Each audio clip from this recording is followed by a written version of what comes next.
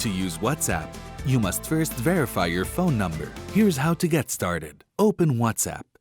Review the privacy policy and terms of service pages.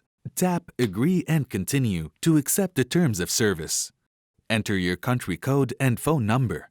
Tap Next. Confirm the phone number entered is correct and tap OK. If the phone number is incorrect, tap Edit and re-enter your phone number.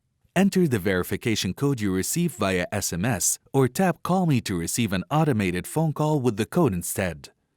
Please don't guess the code, or you'll be temporarily locked out from requesting a new code. Follow the prompts to enter your name and allow WhatsApp access to restore your backup if you have one. If you're having issues receiving your code, try the following. Open www.whatsapp.com on your phone browser to test your internet connection. Send a SMS to your phone number from another phone to test your reception. Restart your phone.